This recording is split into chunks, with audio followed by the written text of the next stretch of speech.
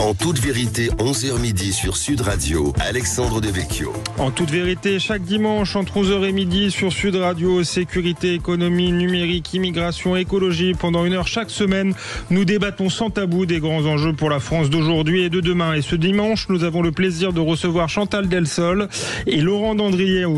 Chantal Delsol est philosophe, auteur de nombreux livres dont La fin de la chrétienté et Insurrection des particularités aux éditions du Cerf. Laurent Dandrieux est journaliste, rédacteur en chef culture à l'hebdomadaire Valeurs Actuelles. Il est notamment l'auteur de Église et immigration, le grand malaise, le pape et le suicide de la civilisation européenne, et plus récemment de Rome ou Babel pour un christianisme universaliste et enraciné, publié aux éditions Artege. Au lendemain de l'enterrement du pape et alors que le conclave commence, nous parlerons de l'avenir de l'Église et du christianisme.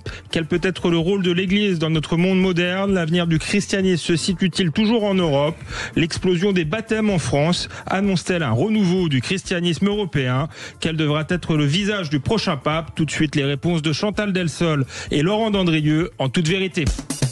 En toute vérité sur Sud Radio, Alexandre Devecchio. Chantal Delsol, Laurent Dandrieux, bonjour. Bonjour. Bonjour. Ravi d'être avec vous pour parler de l'avenir immédiat de l'Église, mais aussi de son avenir à long terme, des liens entre l'Église et la civilisation européenne également. Mais peut-être d'abord tout simplement une réaction à l'actualité. Vous avez suivi hier la cérémonie Laurent Dandrieux. Qu'est-ce que vous en avez pensé et qu'est-ce que vous en retenez ? Ce que j'en retiens, c'est un moment très apaisé, c'est-à-dire que les funérailles d'un pape, c'est toujours le moment où on oublie les divisions qui peuvent être les nôtres, les clivages qui sont toujours à l'œuvre dans l'Église, pour se recueillir devant la mémoire d'un homme, et puis aussi à travers son décès, son passage vers l'éternité, se souvenir de nos propres fins dernières et de notre propre destinée éternelle. Ce qui est très frappant aussi, c'est ce caractère apaisé, s'est traduit de manière assez inattendue par ce dialogue entre Trump et Zelensky sous les voûtes de la basilique Saint-Pierre, qui était une image historiquement assez étonnante. Et puis, je dirais une troisième chose qui me frappe, c'est qu'il y a évidemment dans le monde beaucoup de religions, un certain nombre comptent des centaines de millions de fidèles, mais aucune n'a une dimension universelle telle que le catholicisme, mais aucune, par exemple, ne peut voir l'actualité mondiale se suspendre parce que son leader spirituel est enterré à Rome, comme ça a été le cas hier. Il y a vraiment quelque chose de très particulier dans le christianisme qui fait vraiment du pape, indépendamment de la foi des uns et des autres, une sorte d'autorité spirituelle mondiale qui n'a pas vraiment d'équivalent à mon sens. Autorité spirituelle mondiale, Chantal Delsol, dans l'un de vos derniers livres, vous expliquiez qu'on assistait à la fin de la chrétienté. Alors à la fin de la chrétienté, non à la fin du christianisme. Mais est-ce que finalement les images d'hier ne démontrent pas le contraire? Bien sûr, c'était un moment universel, mais c'était aussi un moment occidental, avec toutes les chaînes de télévision occidentales, européennes, qui ont arrêté justement leur programmation pour suivre cette cérémonie, avec aussi une certaine ferveur, un certain attachement au rite et une forme de verticalité. Donc, est-ce que cette chrétienté est réellement morte aujourd'hui, ou est-ce qu'il en reste une trace encore vivante? C'est le christianisme qui reste à la fois influent et, je dirais, puissant, pas au sens politique, mais au sens de l'opinion et de l'image qu'il peut avoir. C'est ce qu'on a vu ces jours derniers. Et puis, il ne faut pas oublier que si le christianisme s'effondre un peu chez nous, pas totalement, mais un peu chez nous, ailleurs, il est très vivant et même il se développe dans certains pays. Donc, actuellement, je crois qu'en nombre absolu, le christianisme croît dans le monde. Donc, on ne peut pas dire du tout que le christianisme est en train de s'effondrer en général. Bien au contraire. Puis il ne faut pas oublier que l'Église est quand même l'institution la plus âgée du monde. C'est quand même impressionnant. Mais quant à la chrétienté, oui, je pense que la chrétienté est finie, parce que la chrétienté, c'est le gouvernement de l'Église dans un certain nombre de pays, et notamment c'était le cas en Occident jusqu'à il y a peu de temps. Et donc là, il y a un effondrement parce que c'est plus l'Église qui dicte les lois morales. Regardez, bientôt il va y avoir une loi sur l'euthanasie ou le suicide assisté, les deux peut-être. C'est pas l'Église qui va décider si c'est permis ou défendu, c'est l'État. Ce sont les lois de l'État. Alors il faut dire qu'on peut mettre un bémol. Il y a une recherche en Amérique du Nord, notamment avec l'équipe de Trump. Je dis pas Trump parce que je pense que Trump, je crois pas que ça l'intéresse beaucoup tout ça, mais une partie de son équipe, notamment le vice-président. J.D. Vance, ouais, tout à fait. J.D. Vance qui s'est converti récemment au catholicisme. Et qui voudrait que la chrétienté continue, c'est-à-dire que ce soit l'Église qui continue à donner les normes, parce que c'est ça la chrétienté, c'est l'Église qui dirige au point de vue des normes, de la morale, de la manière d'être, des valeurs, etc. Donc il y a une espèce de réaction, pas au sens péjoratif, mais il y a une espèce de réaction. Et justement, on peut vous parler de J.D. Vance, vous disiez Donald Trump est peut-être moins construit idéologiquement d'une certaine manière, mais là encore ces images auxquelles faisait référence Laurent Dandrieux, qui pouvaient apparaître assez baroques, cette image entre Zelensky et Donald Trump, est-ce que finalement c'est pas un symbole aussi de cette persistance de la chrétienté malgré tout? Ce qui est intéressant, c'est que Trump l'a choisi. Et il l'a choisi sachant qu'il a 80 ans, quand même. Quand on a 80 ans, on peut se dire, faut peut-être penser à la suite. Donc, il a choisi son successeur, quand même. Et même, ça pourrait arriver pendant ce mandat. Donc, c'est important qu'il l'ait choisi. Ça signifie quand même qu'il est d'accord avec tout ce que ce garçon représente. Donc voilà, c'est ça que ça signifie. Cela dit, Trump lui-même, je j'ai pas grande confiance dans la rationalité de... Non, mais c'était moins le commentaire de Donald Trump que le commentaire des images, finalement. Une réunion politique au Vatican, on n'avait pas vu ça. On n'avait peut-être jamais vu ça. D'ailleurs, est-ce que c'est pas un symbole? On l'avait vu sous l'égide de papes vivants, et notamment le pape François a réuni, par exemple, les deux belligérants du conflit qui divise le Soudan dans la même pièce, leur a baisé les pieds pour les convaincre, les supplier de faire la paix. S'agissant de Trump, effectivement, je ne pense pas qu'il ait une spiritualité personnelle très profonde, pour peu qu'on puisse en juger. En revanche, il me semble que c'est un homme qui ne respecte à peu près rien, qui pense qu'il est le centre du monde, mais je pense qu'en revanche, il respecte la religion et la foi. Donc ça permet aussi à quelqu'un comme Vance d'avoir une certaine influence sur lui.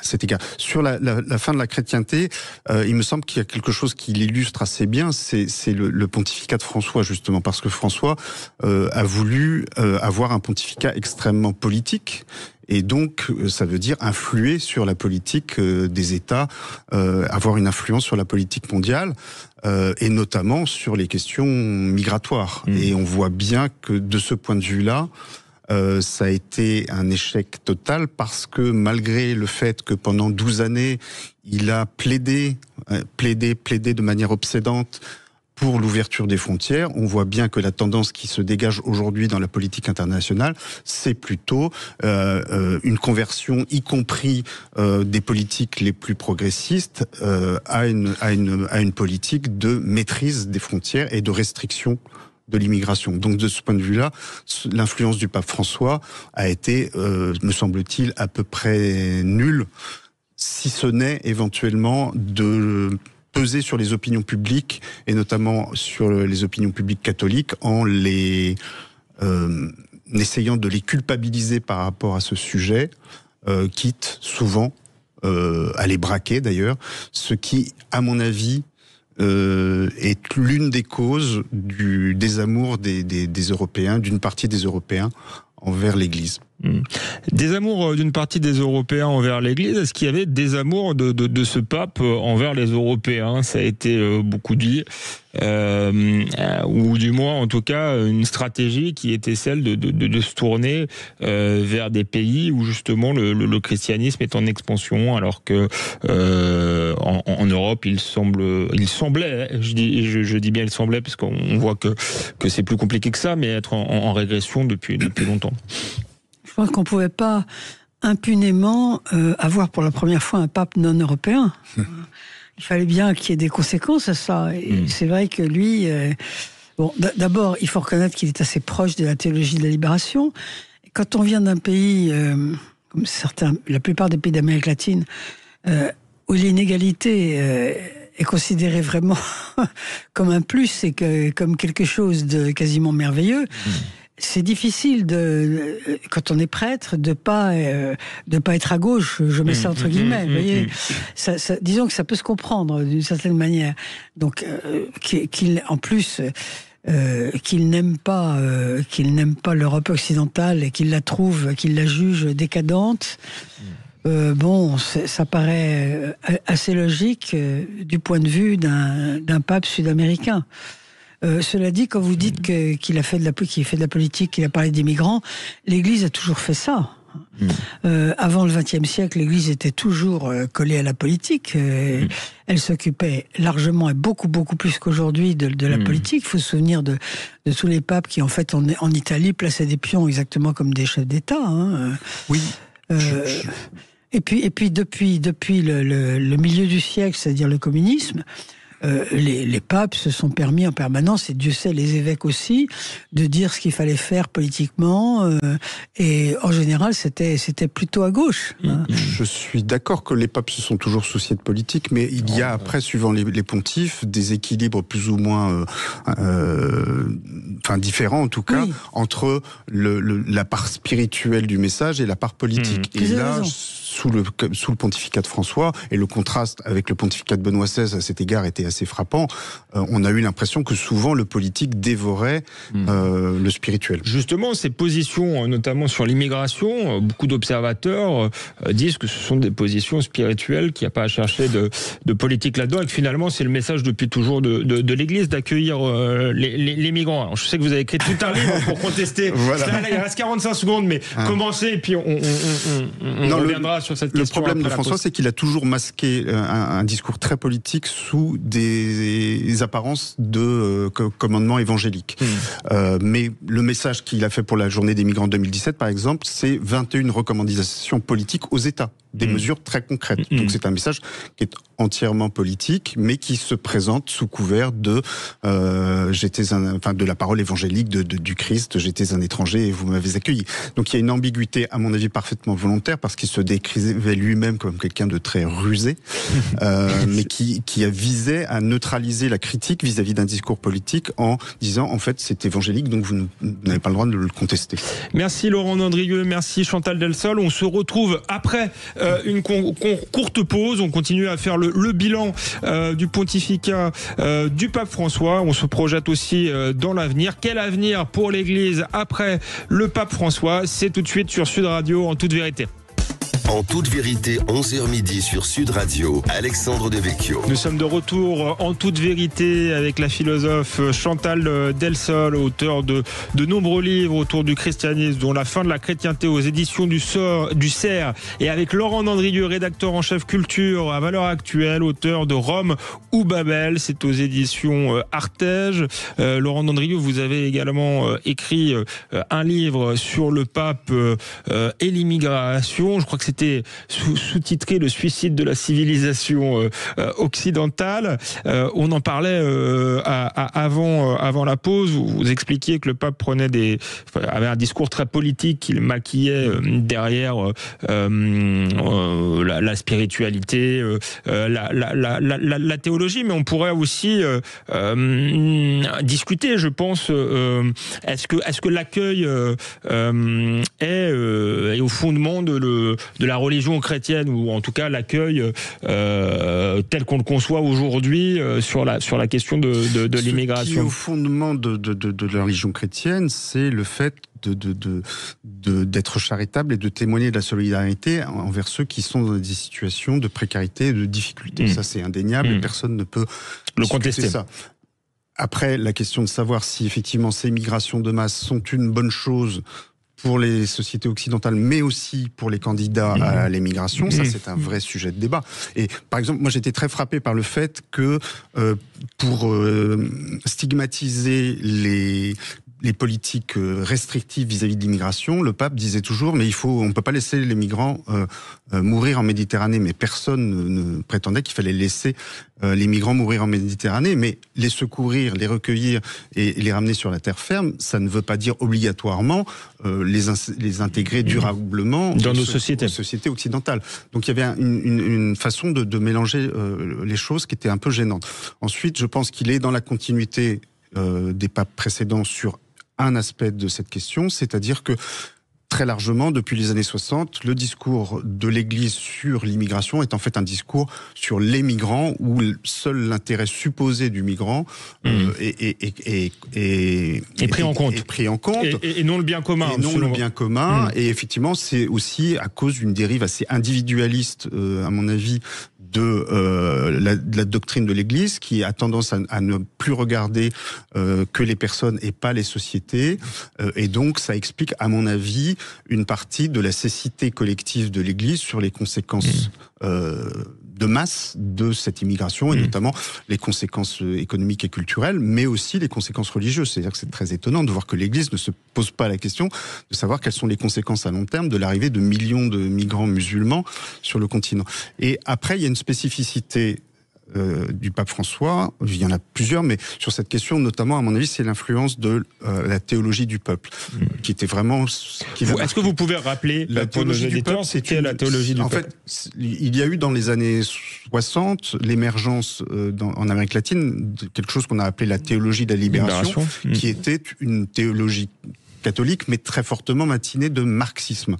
Et le pape François a officiellement répudié cette théologie de la libération et a épousé une variante qui s'appelle la théologie du peuple, qui est en fait une théologie de la libération censément libérée de cette empreinte marxiste, mais en même temps qui en garde une trace très forte, c'est-à-dire qu'il y a une espèce de lutte des classes appliquée au peuple. Et c'est-à-dire qu'il divisait vraiment, et ça c'est vraiment très frappant dans tous ces textes, il divisait les peuples et les nations entre peuples systémiquement oppresseurs, en gros les anciens colonisateurs qui le seraient toujours plus ou moins, et les peuples systémiquement oppressés qui sont les anciens colonisateurs. C'était un peuple décolonial, si on veut faire de la provocation. Comme l'Occident est par essence oppresseuse, elle ne peut pas être menacée dans son identité par l'immigration, parce qu'un oppresseur ne peut pas être menacé. Et donc, je pense que c'est une raison profonde de ne pas voir à quel point les sociétés occidentales étaient profondément déstabilisées par ces migrations de masse.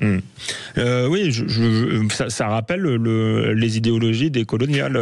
L'idée qu'il y a un racisme systémique dans les sociétés occidentales. Il y a un chercheur en sciences internationales, en relations internationales, qui s'appelle François Mabille, je crois, qui dit très nettement que la pensée du pape est une pensée décoloniale, et je crois qu'il a parfaitement raison.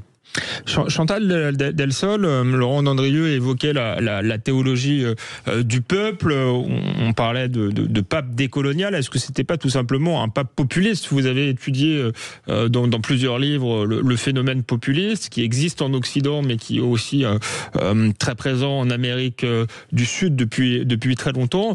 Est-ce qu'il s'inscrivait finalement dans cette logique et est-ce que c'était aussi un style, puisque le populisme est un style de gouvernement, ce qui expliquerait aussi qu'il a parfois été déroutant, notamment pour la curie.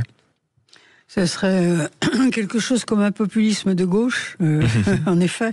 Oui, je connais moins bien la théologie du peuple que Laurent, mais effectivement, ce qui est intéressant dans cette thèse, dont je crois que le pape était complètement... le pape François était complètement partisan, c'est que, comme vous le dites bien, l'oppresseur n'est considéré comme non menacé.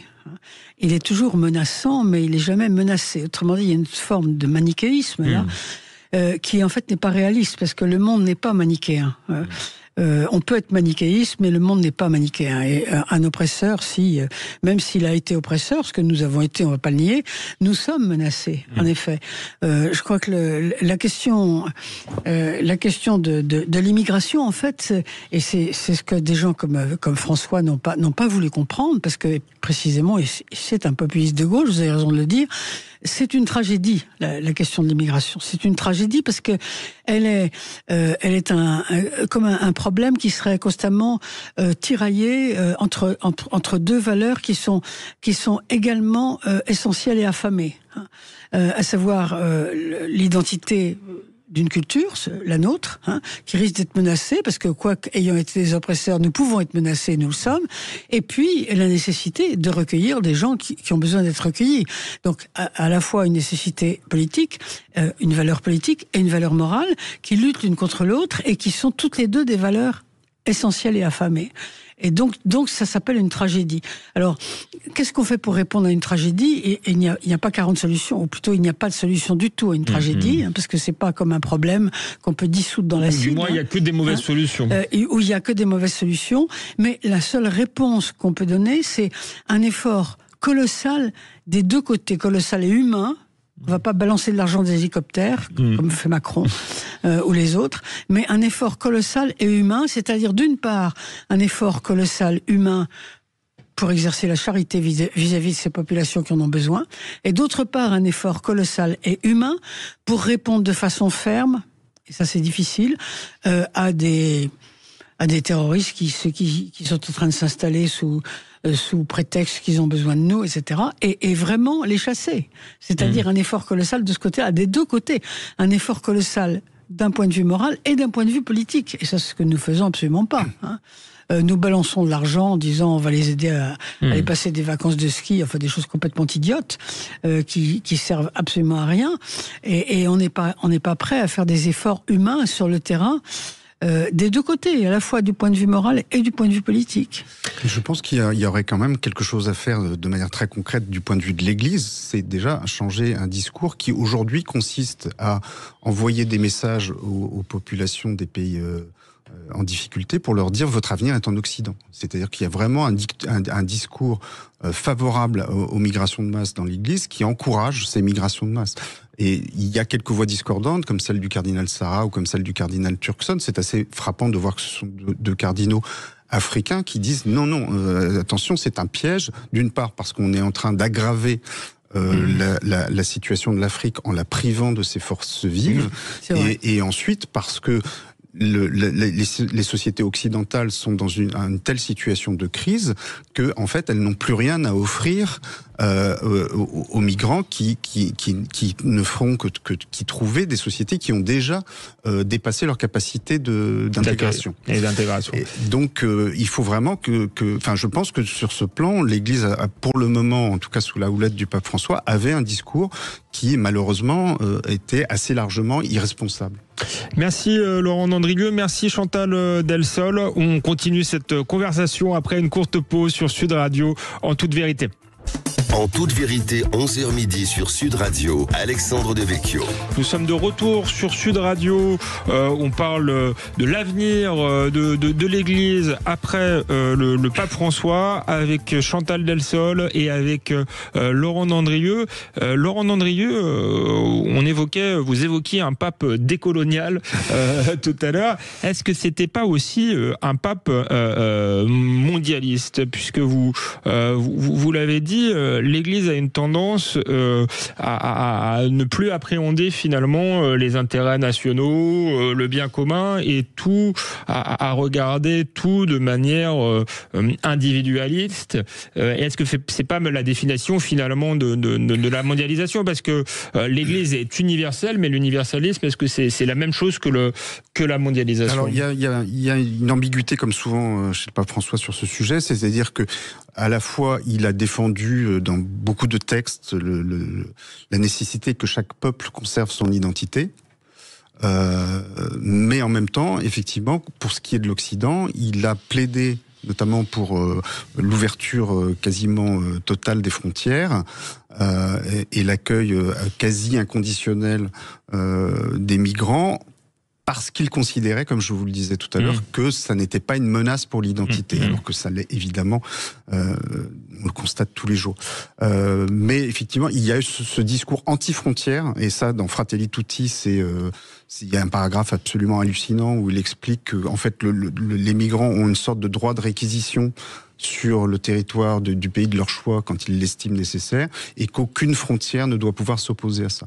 Donc là, effectivement, il y a un discours mondialiste, et puis par ailleurs, il y a une inscription aussi dans une tradition de l'Église malheureusement ancienne depuis les années 60, qui est de confondre l'unité spirituelle du genre humain avec une nécessaire unification politique. Et donc, il y a effectivement des appels de plus en plus fréquents à une gouvernance mondiale. C'est le thème de votre dernier livre, Rome ou Babel, pour un christianisme à la fois universel et enraciné. Est-ce que c'est le défi justement de l'Église de conjuguer les deux? Est-ce que c'est particulièrement difficile aujourd'hui? Je pense que c'est le défi. Ça ne devrait pas être particulièrement difficile parce que c'est la tradition de l'Église. Elle a toujours procédé comme ça. Elle a toujours évangélisé les peuples en leur parlant à partir de leur culture, même si parfois ce principe a été plus ou moins bien appliqué suivant les pays, mais le principe est celui-là. Et en tout cas, ça me paraît être un enjeu crucial pour l'Europe. C'est-à-dire que on ne pourra pas réévangéliser l'Europe si on continue à expliquer au peuple européen que leur attachement à leur culture, à leur histoire, à leur tradition, à leur identité nationale n'est pas légitime et qu'il faut qu'ils l'abandonnent. C'est au contraire un excellent moyen de détourner les peuples européens du catholicisme. Donc je pense que c'est un des enjeux du prochain pontificat, c'est de réussir à nouveau, comme ça l'a été très longtemps dans la tradition de l'Église, concilier cet appel à la fraternité universelle qui est constitutif du christianisme, mais en même temps cette défense des diversités humaines, culturelles, qui sont un don de Dieu et une richesse pour toute l'humanité. Chantal Delsol, est-ce que vous êtes d'accord? Est-ce que c'est le principal défi aujourd'hui pour l'Église de conjuguer l'universel et l'enracinement? Et est-ce que c'est pas incompatible d'une certaine manière? Mais je pense que l'Église vit au milieu des paradoxes depuis toujours, et c'est même sa nature de vivre au milieu des paradoxes. L'universalisme, c'est quand même quelque chose au départ de romains et de chrétiens. Ça a été inventé par les judéo-chrétiens et les romains. Tout ça est imbriqué complètement depuis le début, et il est parfaitement normal que ça continue, parce que au fond c'est l'essence de l'Église. Mais en même temps, l'Église sait bien que nous sommes constitués d'identités emboîtées qui commencent par la famille, le groupe, les groupes d'existence comme une radio par exemple, et puis au-dessus la nation. Donc on n'a aucune raison de supprimer toutes ces identités emboîtées dont nous sommes faits. Alors évidemment, je pense qu'il y a beaucoup là-dedans, il y a beaucoup de marxisme en fait dans ce que vous venez de dire, Laurent.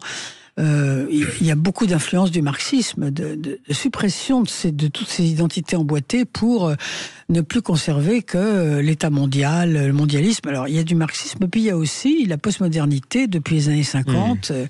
Avec l'Europe actuelle, qui est mondialiste en fait, et d'une certaine manière. Donc le pape ne fait qu'enfourcher tous ses propos à la mode, finalement. Il faudrait creuser davantage. Ça serait bien que le prochain pape soit apte à creuser davantage. Enfin, là, moi, je suis assez sévère, quand même. Et au-delà, pardon. Alors, non, je voulais réagir parce qu'effectivement, il y a effectivement une dimension marxiste et postmoderne dans cette dérive mondialiste de l'Église, mais c'est aussi la résurgence de vieilles hérésies. C'est-à-dire qu'il y a toujours eu une tentation dans l'Église d'un christianisme un peu désincarné, hors sol, qui trouve que tout ce qui est attachement humain est un peu impur, dont il faut se débarrasser. Et je pense que on vit depuis les années 60 une résurgence très nette de ces hérésies qu'on pourrait qualifié rapidement de cathare, et il y a une tentation d'arriver à un christianisme désenraciné, un christianisme purement spirituel qui nous libérerait en quelque sorte du péché originel de l'identité. Et je pense que c'est une véritable hérésie parce que on sait depuis saint Thomas d'Aquin que la grâce ne doit pas détruire la nature mais la couronner au contraire, et qu'au contraire cet enracinement fait partie de la nature humaine et donc en tant que tel est respecté profondément par la théologie catholique. Mais il y a cette tentation d'un christianisme hors sol qui est très forte chez certains clercs.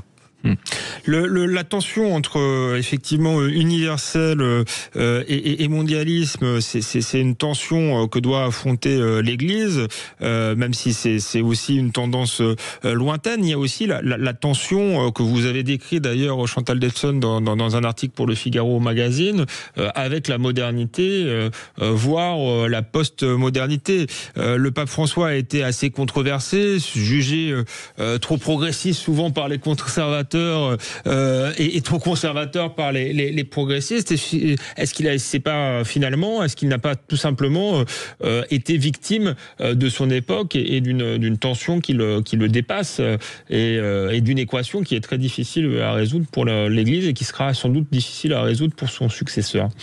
Il n'y aura pas on ne résoudra rien, mais c'est normal que le pape soit un homme plongé dans son époque et qu'il ait des idées à lui qui viennent de son enfance, de sa jeunesse, du milieu dans lequel il a vécu et des opinions qu'il s'est forgées lui-même. Tout ça est normal.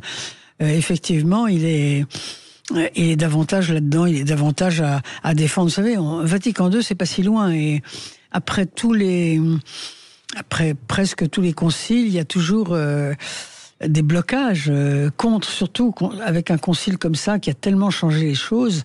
Il est normal qu'il y ait des blocages et il est normal qu'on se défende contre ces blocages. Lui, il se défend contre ces blocages. Il y a presque ce que lui appellerait une hérésie traditionnaliste, qui en fait va à l'encontre des propositions du concile. Il faut quand même voir que ce concile Vatican II, il a fichu en l'air beaucoup de choses. Donc forcément, il y a des réactions extrêmement fortes. Et lui, il défend au contraire les attendus du Concile Vatican II. Bon, c'est sa manière d'être, son opinion, qui lui fait pas que des amis, mais c'est un peu fatal la prochaine fois. Ou bien on aura quelqu'un qui lui ressemblera, ou bien on aura quelqu'un qui sera en sens contraire. Bon, je pense que tout ça n'est pas très grave. C'est l'histoire de l'Église, c'est son évolution. Je pense pas que ça... non, je pense que c'est pas grave du tout, ça change pas grand-chose. C'est pas grave, mais est-ce que l'Église peut toujours être un repère aujourd'hui dans une époque de postmodernité où on a l'impression qu'il faut abattre tous les repères? Je pense que c'est un repère spirituel. Après, c'est pas un repère politique. Pour moi, François n'est pas du tout un repère politique. Moi, je préférais les deux papes d'avant, personnellement. Mais enfin, ça n'a pas d'importance, ça. Mais un repère spirituel, oui. Ce qui est tout à fait différent. Je pense qu'on l'a vu à travers, effectivement, alors c'est pour le moment juste un frémissement, mais cette vague de conversion de jeunes adultes, quand on les interroge, quand on se pense sur leur motivation, on voit bien qu'effectivement ils se tournent vers l'Église comme justement celle qui offre des repères spirituels dans une société qui n'en a plus du tout. Donc effectivement, l'Église a plus que jamais un rôle à jouer là-dessus. Et après, sur la question du rapport à la modernité, en fait, l'Église sera toujours sur une ligne de crête. Elle l'est depuis l'origine, puisque le Christ lui a dit vous devez être dans le monde, mais pas du monde. Donc c'est une ligne de crête qui est très compliqué à tenir depuis toujours, qu'il est évidemment davantage, comme le soulignait Chantal Delsson, depuis l'avènement de la modernité, mais c'est une tension qu'on ne pourra pas supprimer. Je pense que Benoît XVI l'avait abordé de manière plus fine que le pape François, qui, en gros, a essayé d'épouser la modernité en espérant rendre l'Église sympathique au monde moderne. En fait, c'est une tentative qui a déjà été menée beaucoup depuis Vatican II et qui n'a pas remporté un succès éclatant. Benoît XVI, à la fois, avait choisi d'assumer le côté contre-culturel du christianisme en disant nous avons une culture qui est différente de celle de la modernité, il faut l'assumer et il faut la développer et puis essayer de faire en sorte qu'elle infuse sur la modernité. Et en même temps, contourner le problème, c'est en abordant en exprimant un message beaucoup plus spirituel. C'est-à-dire que, par définition, quand vous êtes dans un pontificat très politique comme celui du pape François, la question de ce rapport à la modernité devient absolument cruciale.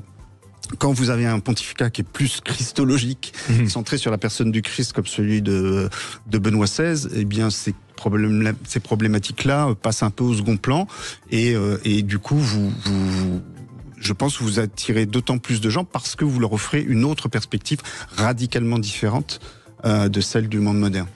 Merci Laurent Dandrieux, merci Chantal Delsol. On se retrouve pour la dernière partie de cette émission. On va parler du conclave. On va voir quels sont vos pronostics. Alors je sais que vous allez me répondre que vous n'en avez pas, mais je vais quand même poser la question sur le prochain pape. À tout de suite sur Sud Radio, en toute vérité. En toute vérité, 11h midi sur Sud Radio, Alexandre Devecchio. Nous sommes de retour en toute vérité sur Sud Radio avec la philosophe Chantal Delsol, auteur notamment de La fin de la chrétienté aux éditions du Cerf, et avec Laurent Dandrieux, Rome ou Babel, pour une église à la fois enracinée et universelle. C'est aux éditions Artege. On parle depuis le début de cette émission, finalement on fait le bilan du pape François en quelque sorte.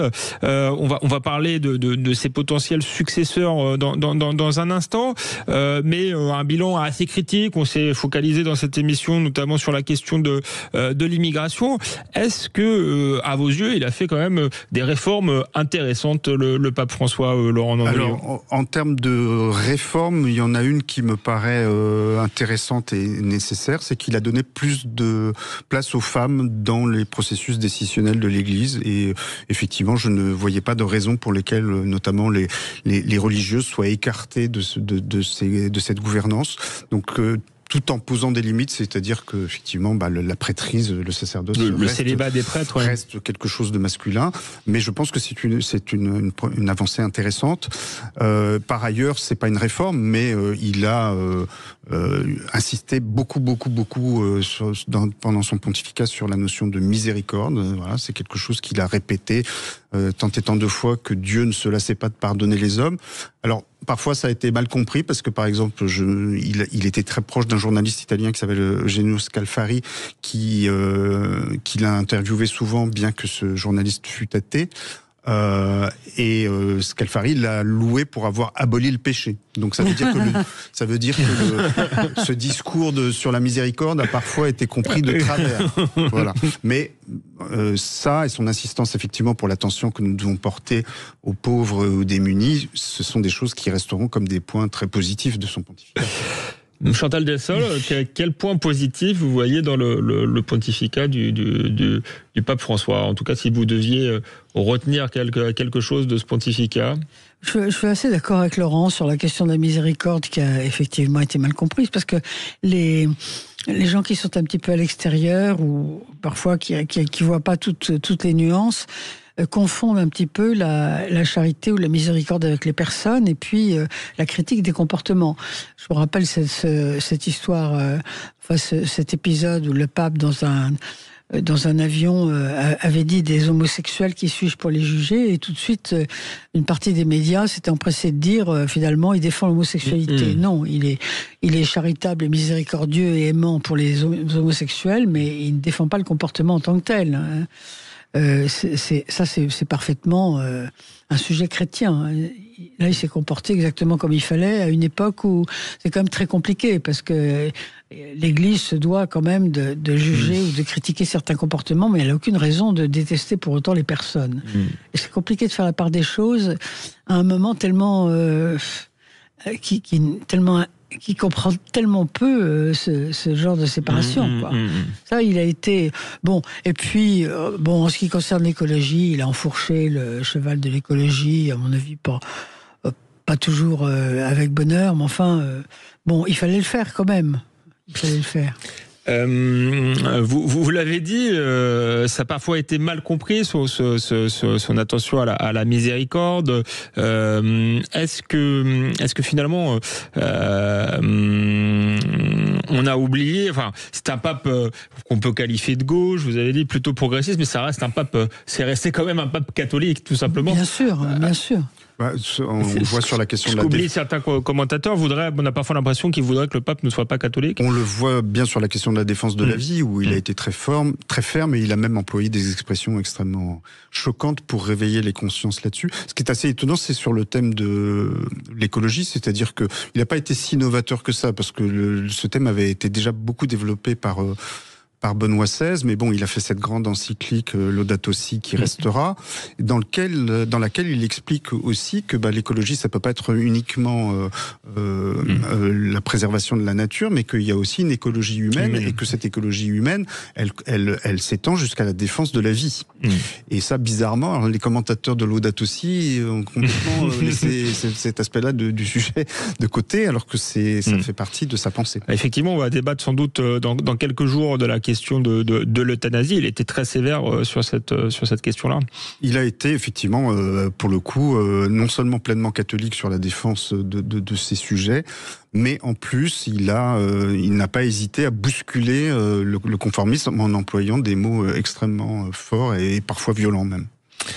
On en finit, je dirais, même si on n'en a jamais fini avec le bilan du pape François. Vous me disiez pendant la pause, Laurent Dandrieux, que vous en parlez depuis une semaine, mais vous auriez encore beaucoup de choses à dire, peut-être pour un prochain livre. Mais après le pape François, quel pourrait être le profil du prochain pape? Est-ce qu'il va s'inscrire forcément dans sa continuité, ou est-ce que ce sera justement un pape de rupture, non pas avec l'Église, mais avec ce qu'a impulsé le pape François? On pourrait croire qu'il serait forcément dans la continuité dans la mesure où il a nommé 80% des cardinaux électeurs, mais en fait, ces 80% ont parfois des profils assez différents les uns des autres, comme on le voit d'ailleurs avec les 2 cardinaux français qu'il a nommés récemment, Monseigneur Aveline et Monseigneur Bustillo, qui n'ont pas du tout les mêmes positions sur tout un tas de sujets. Comment vous l'expliquez, ça, qu'il ait nommé des gens si différents? Ça veut dire qu'il était pas dogmatique. Il avait des critères assez constants, c'est-à-dire qu'il voulait des gens de terrain, proches du peuple, pas mondains. Est-ce que ça, c'est pas une bonne chose aussi, finalement, d'avoir rapproché l'Église de ses fidèles, d'avoir débarrassé l'Église de sa pompe vaticane? C'est une bonne chose, ou c'est...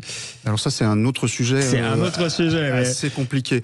Moi, je pense que la pompe catholique n'est pas un cadeau que l'Église se fait à elle-même, mais c'est un cadeau qu'elle fait au peuple.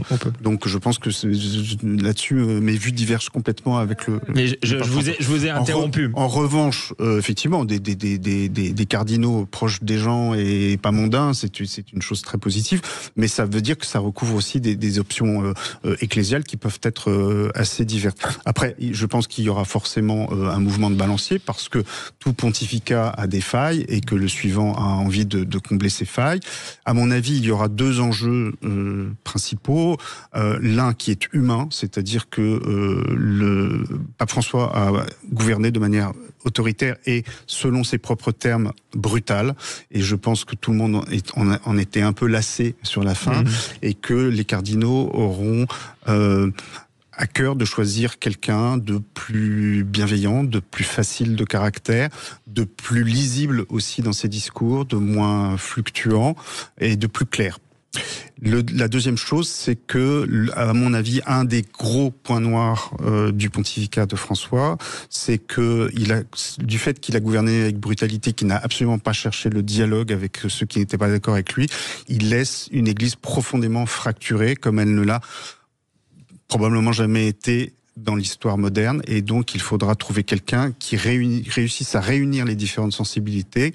Et donc ça veut dire que probablement il y aura un profil qui sera plus à l'épicentre des différentes sensibilités ecclésiales et moins radical que ne l'était le pape François. Un pape centriste.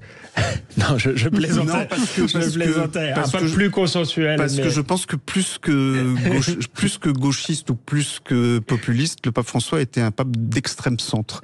C'est-à-dire que l'extrême centre, c'est cette notion centriste qui consiste à dire qu'on a tellement raison qu'il n'y a pas d'autre solution que celle qu'on propose. On ne veut pas écouter les autres. Et que donc les autres n'ont même pas besoin d'être écoutés. Donc on avait un pape macroniste, en fait. Oui, alors ça, j'en suis persuadé.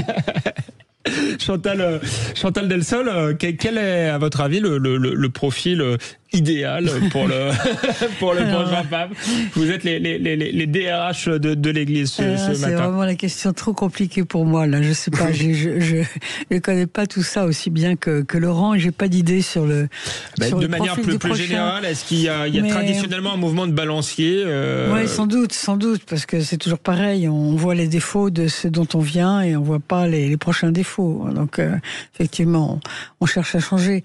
Moi, ce qui me frappe le plus, c'est quand même cette différence entre effectivement toujours le moderne et l'anti-moderne, qui d'ailleurs traverse toutes nos institutions, pas seulement l'Église, mais toutes les autres. Et le fait quand même que il y a cette différence entre moderne et anti-moderne, elle est beaucoup entre l'Occident, ou une grande partie de l'Occident, en tout cas l'Europe, et puis ce qu'on appelle maintenant le Sud global. Je suis assez frappé de voir les déclarations des évêques africains ou des cardinaux africains. Qui sont les plus conservateurs. Qui sont très conservateurs mais même d'une manière assez méchante, enfin, ironiquement méchante. C'est assez amusant, même parfois, à regarder. Donc, est-ce qu'ils ont un poids? Je n'en sais rien, parce que je ne connais pas ça comme vous. Mais il est vrai que là, il y a une espèce de guerre entre ces deux courants.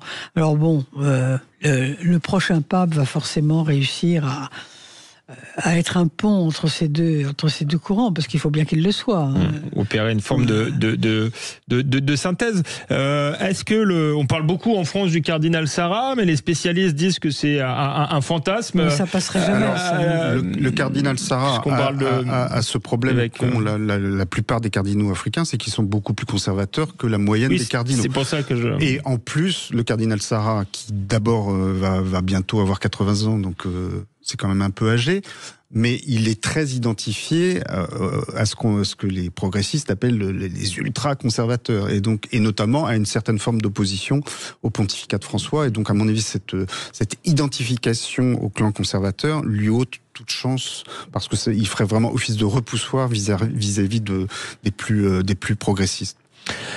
Chantal Delsol, pour terminer, le pape est parti le lundi de Pâques, à un moment où en France on a observé finalement une multiplication par 2 des baptêmes, notamment des jeunes adultes. Est-ce que c'est un frémissement ou le début d'un renouveau catholique en France et plus largement en Europe?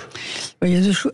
D'abord, à partir du moment où tous les ans vous avez des multitudes de familles catholiques qui depuis 20 ans ne baptisent plus les bébés, il est normal que quelques années après, vous ayez un petit nombre de ces bébés non baptisés qui décident de rentrer dans l'église. Donc, je pense que cette recrudescence des baptêmes d'adultes est simplement une réponse au non-baptême des bébés. Enfin, me semble-t-il, hein, c'est pas un frémissement. Je pense pas que ça soit un frémissement. Il y a un autre point qui est un peu différent, mais qui à mon avis mérite quand même d'être souligné. Je pense que malheureusement notre société est en train de devenir une société de caste, parce que, comme vous avez pu le constater, il y a 40 ans, on pouvait devenir polytechnicien en venant vraiment de nulle part. Maintenant, c'est plus possible. Vous ne pouvez être polytechnicien que quand vous êtes fils de polytechnicien. Et je pense que les élites seront catholiques, parce que les catholiques sont des gens qui éduquent leurs enfants, qui se préoccupent des écoles, qui parlent à table, qui donnent des livres. Et je pense que les catholiques seront peu nombreux, mais ils constitueront l'élite. Merci Chantal Delsol et merci Laurent Dandrigueux, c'était passionnant. On se retrouve la semaine prochaine pour un nouveau numéro dans Toute Vérité. Je vous laisse avec les informations.